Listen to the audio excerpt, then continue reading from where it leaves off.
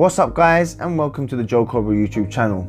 Today's review is for Tunic, an action-adventure game developed by Canadian indie developer Andrew Shouldice, and it is published by Finji. The game is out now on Microsoft Windows, Mac OS X, and on the Xbox Series consoles and the Xbox One.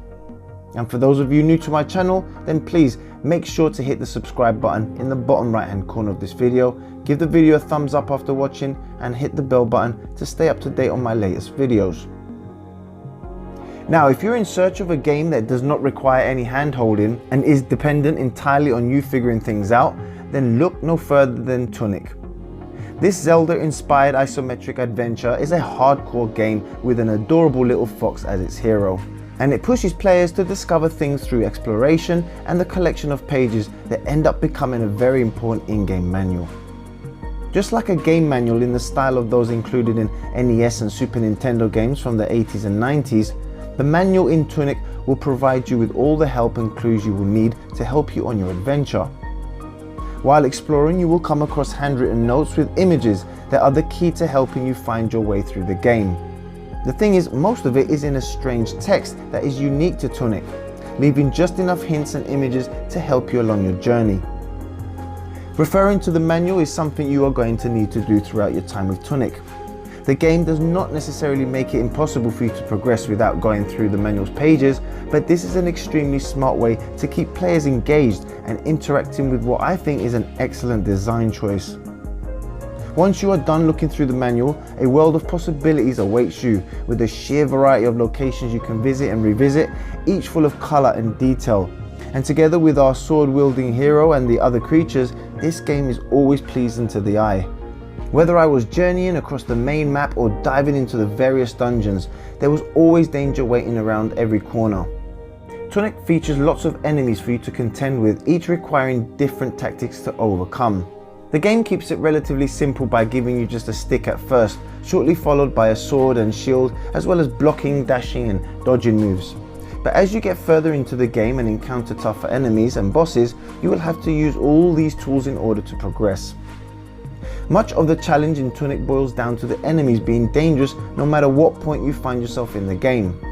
Rushing and button mashing will only get you so far in Tunic, but once you take your time to learn enemy patterns and take advantage of openings, the combat in Tunic becomes so much more enjoyable and satisfying. There are also certain items that can be discovered throughout the game, but with no instructions, there is always room for experimentation that may backfire on you or give you the edge you need. Even when you get to the flame-lit shrines where you can save your game and refill on health and magic, the enemies that you have killed before will all come back to life, just like you would expect from a From Software title. Unfortunately, when it came to doing some backtracking, the restrictive nature of the fast travel pads made it hard work when going back to hunt for items that I had missed, which is something that might bother some people. All of the precious lessons I learned during combat against the standard enemies came in very handy when facing off against the different bosses found in Tunic, and every fight is a memorable battle of skill and technique, and I always got that feeling of accomplishment after taking one of them down. Going into one of these boss battles unprepared is a straight up death sentence, considering the limited tools you might have had at hand. It truly comes down to how well you have mastered the systems in the game and whether you have the right items at your disposal. Two tips I can give you guys is to make good use of the dynamite sticks. They are super helpful, especially against the bosses. And tip number two, for those who are struggling with the game or just want a less stressful experience, then you can go to the options menu, and under accessibility, you can change things like infinite health and stamina. Making progress in Tunic will always open up previously unreachable areas or items. The game does a great job at teasing you with glimpses of chests and secret doors as you explore. And when the time comes to claim your prize or find that key for that certain door, it is never not exciting. There are also hints and reveals that are constantly coming your way. That is, if you are attentive enough to spot them. All in all, it contributes to making every trip made in Tunic a potential rewarding one, whether you love the combat or the fun of solving puzzles. Despite Tunic's cute appearance, underneath all that is an action adventure that packs a punch with its solid combat, a beautiful art style world full of exploration, charm and intrigue, and a gameplay loop that never gets old, whether you are in the first hour or the last.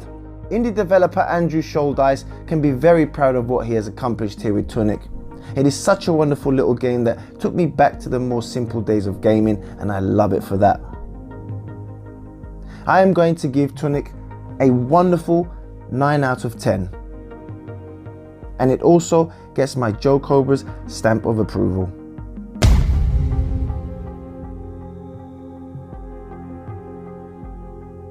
Thank you guys so much for watching. I hope you enjoyed my review.